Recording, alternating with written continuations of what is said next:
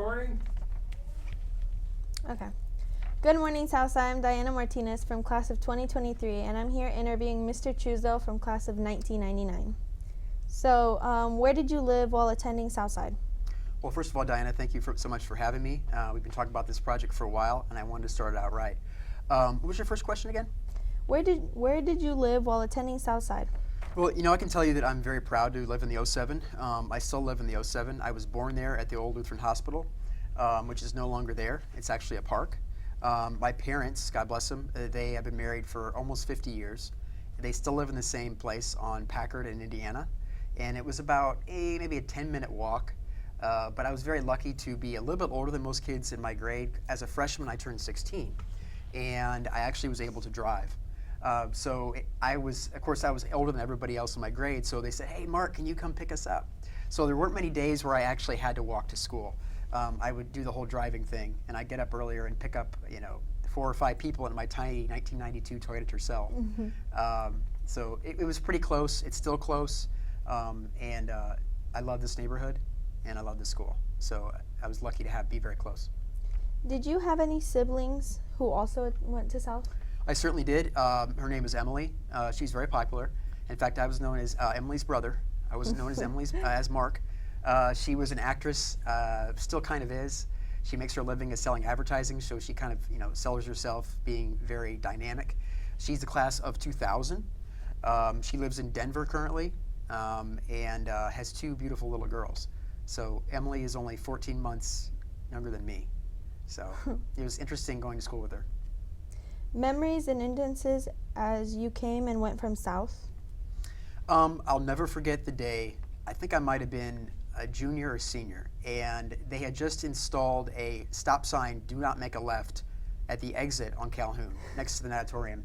And being as a stupid kid that I was, I had a full load of car like I usually had, and there was a police officer there, and I made a left, and we got pulled over.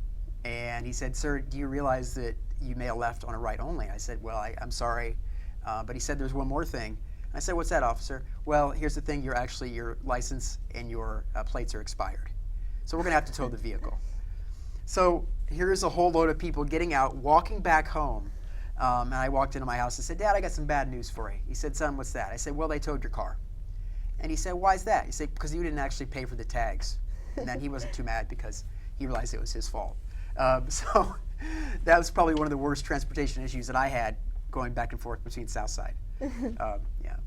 So what teachers do you remember from South and why? There's a lot of teachers that I remember here from South. They were amazing parts of my life. I certainly remember Ron Holmes, who just recently passed away from brain cancer.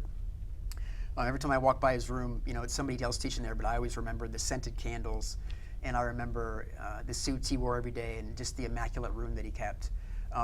Miss Alan Stoller, who I was very blessed to have. They say that it just takes one teacher to change your life, and she was the first person to love my writing and really respect it. She put me on the journalism department and the yearbook, and I did my own movie column because I still love movies to this day, and I did then too.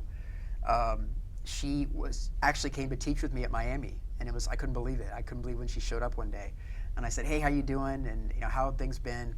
I wish her experience could have been better because she kind of left and retired after that. I think middle school kind of drove her over the edge. I now teach in Mrs. Bush's room. She recently passed away of cancer. She married her partner, who was my junior teacher, Miss Roof, and she's my friend on Facebook. So that was really neat. Mr. Erickson, who retired, he taught math, and I saw him at church recently. So there's been a lot of people who have touched my life and are still here, around the community still. What clubs or activities have you been in?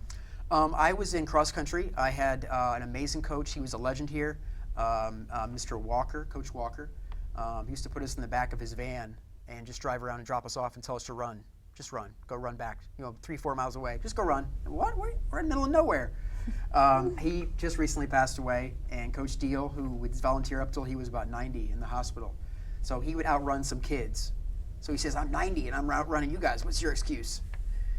Amazing guys. So I ran cross country for 4 years. For 2 years I lettered. 1 year I broke my leg, and he put me in the pool, and I had to run in the pool.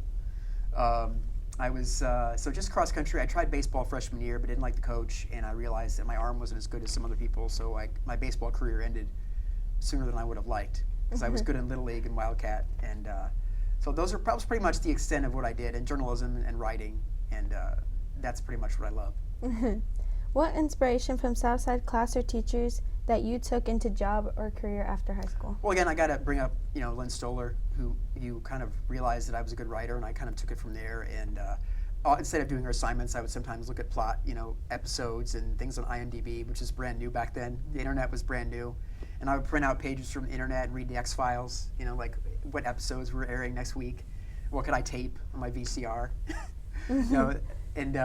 So there were things like that that really inspired me to be the person that I am, and I'm lucky that I get to teach TV and film, and be your teacher and inspire you, hopefully. And I love what I do, and I'm very fortunate to be here. And briefly, what has your career path been since Southside? It was, I didn't always want to be a teacher. When I left South, I knew that I wanted to save up and go to California, and I did that when I was 25. I ended up winning a couple of competitions, doing some spec screenplays. I did some background work. I've been on many different shows. I was on Desperate Housewives. I was on NCIS. I was on Bones with David Boreanaz. I was on many pilots that were canceled and some that did air. I was on a couple shows with Gina Davis. She was really neat. And Donald Sutherland, he's a nice guy. I got to meet him. Mark Harmon. I was on many different movies, Dreamgirls, Mr. Woodcock. Stuff for about 2006, 2007 era. And I met my wife, and I realized that I didn't like living in a studio apartment and being poor. So I moved back here and never looked back. I didn't like California that much. It was cool, and it was never boring, but I liked the cost of living here. And I think that I don't really regret that too much.